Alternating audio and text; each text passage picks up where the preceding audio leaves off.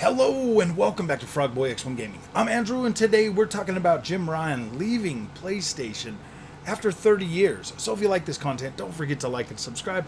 Now we just did a live stream, kind of poking fun at this, having a little bit, but I wanted to come back and make a video.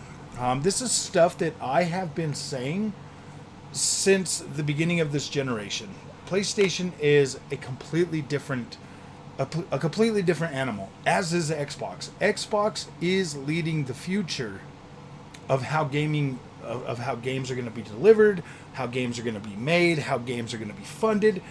Just trying to revolutionize the way we experience our games from the ground up. Like they had to invent a new way of producing content and being able to fund that content, because the old way of making a hit and selling 10 million copies is getting harder and harder and harder for these developers, for these publishers, for all of these entities combined to try to do that. The old model just wasn't working, and able to fund and create these games. The development costs are just getting so high that something needed to change.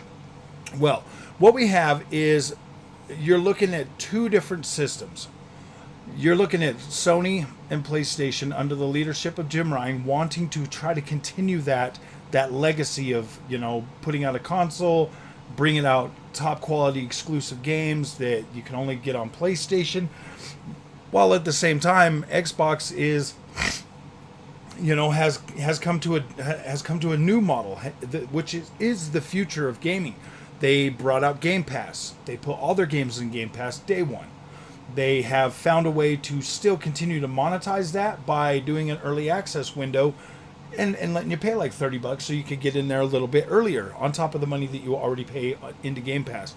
Having a lower cost of entry to get in there and play those games day one is far more valuable than any first-party PlayStation game is ever going to be. It just doesn't make sense for Jim Ryan to have been so pig-headed and want to hold on to that old system when he could have been cashing checks hand over fist with charging people, $15 access. Most of them PlayStation games are, you play through them one time and then you usually move on.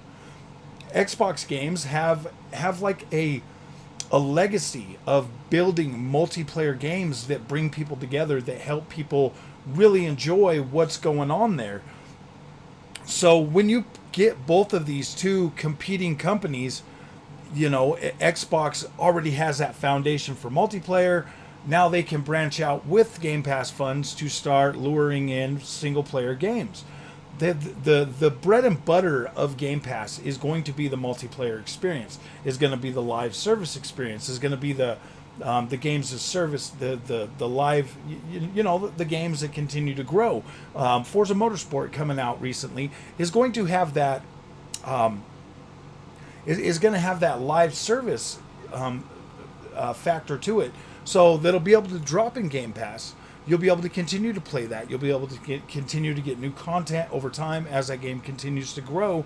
That is more of a lucrative thing, to where people are like, it's easier to spend $16.99 a month than it is to try to, like right now this month, over $500 in games. Just for October, over $500 to play all of these games day and date. A few of those are launching right into Game Pass, or we're launching right into Game Pass. No extra money. You're already saving some money on those. Or if not, like Ubisoft's game, you could play Assassin's Creed on Ubisoft Plus for $15. You could play Assassin's Creed. You don't have to pay the $50 for that. You can just play that on Ubisoft Plus for funding that for 1 month. EA is in on this. EA's doing, the EA Play Pro over on PC. I don't know if they're going to do that with console anytime soon.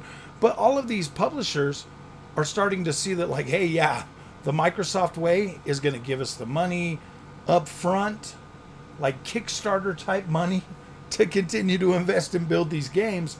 And then, depending on how good these games do and how many people play it at launch, is going to really signify, like, hey, man, they like this. They got 30 million people playing this game. That is obviously a hit. Whereas before, they were lucky to get anywhere from 5 to 15 million. Was like the average thing, unless it's like a Call of Duty or something like that. That was the limits that they could get. Now, when they're getting more players and more people are playing that, more people are seeing this, more people are enjoying that experience, more people are coming to Game Pass because of the amount of quality and content that they can get. Now, are they getting, like top of the line, like Sony content? No, not necessarily like all the time, but I would say, and I've been saying this since I started this channel, that yeah, man, we're getting to a point where like the difference isn't as big as a lot of people would think it is. It's actually getting pretty dang close, quality wise and content wise, and all of that.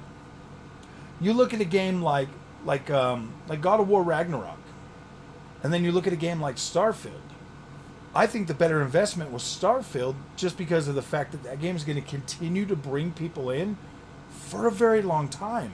People are going to continue to play that. They're going to continue to find secrets in there. They're going to continue to really build and bring that world to life like never before. Whereas God of War Ragnarok, you go through the story and that's it. Like, all of the heavy hitting moments are in that story. And then when you go back and you play through it, it doesn't have the same overall wow factor that it used to have. So right here, we're looking at this new management structure. It looks like, you're going to have somebody taking over pretty soon, like right here, like October 2023. Hiroyuki Totoki is going to take over, in October. Jim Ryan will be stepping down after 30 years. That, to me, right there, just says that, like, obviously we were at a spot where Jim Ryan was getting to a point where he was just not being able to. Let me get rid of this. Let me get rid of this screen capture thing, and bring the. Oh wait, is the webcam not going to come up? Okay, I guess we're not getting no webcam. So, I think it's hooked to something else right now. But what happened is, with PlayStation, they've kind of tried to move in a different direction with its games as service things. They're looking at stuff. They're looking at their internal numbers. Probably looking at like Fortnite. Probably looking at like Genshin Impact and Apex Legends and all of these games, thinking like, yeah, that's a solid way to fund our games, and completely overlooking the subscription model. They could 100% fund their games. PlayStation would still be able to make high quality games, even by dialing back just a little bit, just by bringing the game's quality back down to like the average quality and visuals and overall like that, but just making better overall games that had more story content or bigger worlds, or really pushing the boundaries of what PlayStation first party studios could do in other areas other than just visuals and like voice acting and story content. They could 100% turn that ship around really quick and start delivering a gaming experience. When they go for all of these, because I mean, like, let's face it, a lot of people bought into the 4K TVs. They bought into 4K TVs for the PlayStation 5, the Xbox Series X. We're starting to get games that are really trying to push visuals, but they are starting to lose that resolution. And when you've got, like Digital Foundry and all these other people out there always like pointing out all this stuff and nitpicking what they don't like and stuff like that, that's going to start to wear down the people that buy these games even more. Like, nobody wants to hear, man, I bought a 4K TV and now I got to play at 1080p. Nobody wants to hear that. That's not the expectation that they had when they bought their PS5 and when they bought their LG C2. They thought they were getting a 4K 60 experience. So now when we're getting games that aren't meeting that, it's starting to like really weigh down on the gaming community. And you've seen it. You've seen it on Twitter. You've seen it in the YouTube. You've seen it everywhere. And then you have all the drive-by YouTubers, the e-beggars. They come out and just make negative content about everything. That there is also starting to damage the console market space. So if you got games coming out on a subscription service that you can get into as little as $15 and play that game from from start to finish, it's a lot harder to get mad at $15 than it is to get mad at $70. Raising the prices and all the missteps that Sony made this generation when they had something like Game Pass. This isn't the PlayStation 3 generation anymore. This was the worst mistake they could ever make, was trying to convince gamers that everything they're doing is quality and that it's going to be like the games are going to do the talking. That's just not how it went. Like if you're me and you're into racing games and you buy Gran Turismo 7 and you realize that it is just a higher resolution Gran Turismo Sport that could have played on a PS4, you start to question like what is really going on. All of the games that have come out so far have pretty much been PS4 games. And now we're starting to get into like the PS5 games, that should start coming out. But I mean, if you look at Spider-Man 2, it really is reminiscent of what Spider-Man 1 was. So I've been saying this stuff for 2 years now. It looks like things are starting to really, like the cracks are starting to show. And I think that you're going to see more of this. I think that maybe PlayStation gets a little bit worse before it is able. I don't know. Who knows how far they are into this plan that Jim Ryan had for them. It could take them a couple of years to get out of it. It could take them freaking the rest of this generation and half of next. That's just how these things go. You make a bad bet.